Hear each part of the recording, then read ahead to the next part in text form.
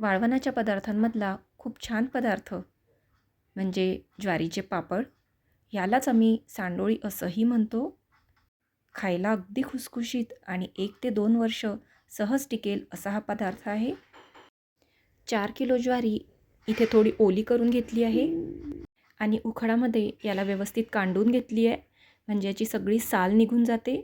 त्यानंतर अशा पद्धतीने व्यवस्थित ती ज्वारी चाळून घ्यायची, म्हणजे त्याच्यावरचा कोंडा हा पूर्णपणे निघून जाईल आणि बारीक कण्या असल्या तर खाली पडून जातील. नंतर आपण ही ज्वारी स्वच्छ पाण्याने धुवून काढायची आहे. तुम्ही पाहू शकताय ह्यातलं जे काळं पाणी आहे ते पूर्ण निघून जाईल, म्हणजे ते पाणी आपल्याला काढून टाकायचं आहे. धुतल्यामुळे ज्वारी आणखीनच पांढरी होते, त्याचा कोंडा वगैरे सगळा निघून जातो.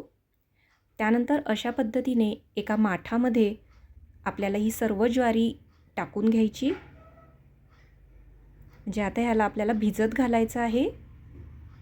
आपल्याला साधारणतः 5 ते 6 दिवस ही ज्वारी भिजत घालायची आहे अशी पाण्यामध्ये. आता ह्याच्यामध्ये पाणी टाकल्यानंतर एका स्वच्छ कापडाने या माठाचं तोंड फिट्ट बांधून घ्यायचं. त्यानंतर दररोज यातील पाणी मात्र बदलवून घ्यायचं आहे. तुम्ही बघू शकताय ह्याला आता 5 दिवस पूर्ण झाले आहेत. आता आपण यातलं पूर्ण पाणी काढून घ्यायचं आहे, म्हणजे ह्याला थोडासा आंबूस वास येतोय आता. बघा आपली ज्वारी आणखीनच पांढरी दिसते आहे भिजल्यामुळे. आता ह्यातलं पाणी संपूर्ण निथळल्यानंतर आपल्याला ही ज्वारी वाळत घालून घ्यायची. पहा किती पांढरी झाली आपली ज्वारी. आता ही ज्वारी आपल्याला व्यवस्थित उन्हामध्ये वाळवून घ्यायची आहे. अगदी कळकळ वाळवून घ्यायची आहे, म्हणजे ह्यातला वासही निघून जातो. अशा नवनवीन रेसिपीज पाहण्यासाठी आपल्या चॅनलला सबस्क्राईब करायला विसरू नका आणि आपल्या चॅनलला लाईक शेअर करा आणि कमेंटमध्ये नक्की सांगा की रेसिपी कशी वाटली ते.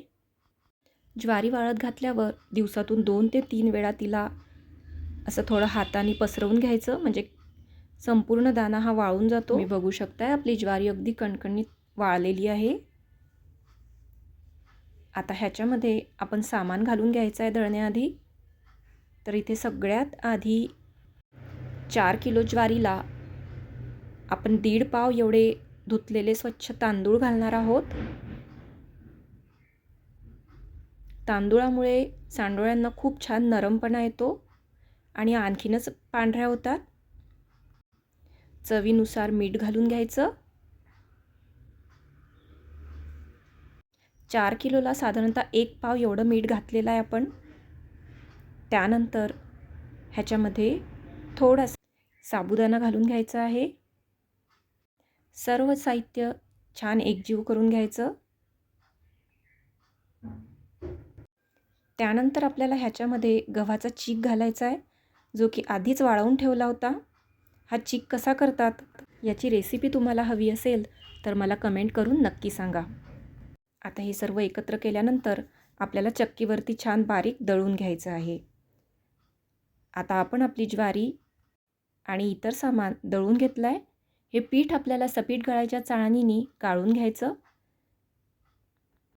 पीठ तयार झाल्यावर सांडोळी बनवण्यासाठी एका पातेल्यामध्ये कडकडीत उकळीचं पाणी घेऊन त्याच्यामध्ये हे थोडं थोडं पीठ सोडायचं आणि अशा पद्धतीने ह्याची खिशी काढून घ्यायची. ह्याच्यामध्ये एकही गुठळी राहता कामा नये. नंतर व्यवस्थित थोडीशी गार झाल्यावर याचे लहान लहान तुकडे पाडून घ्यायचे. ही सांडोळी लाटण्याची पद्धती पण थोडी वेगळी आहे. अशा पद्धतीने ताटावरती लाटून घ्यायची आहे. बघायला अवघड वाटत असलं तरी एकदा सवय झाली की अगदी छान सांडोळी लाटता येते कुणालाही. तुम्ही बघू शकताय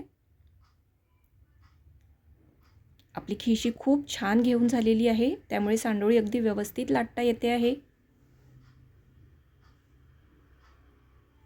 सर्व चारही बाजूने एकसारखी लाटून घ्यायची आणि थोडी गाळ झाली की अशा पद्धतीने अलगद ताटावरची काढून एका सुपावरती ठेवायची.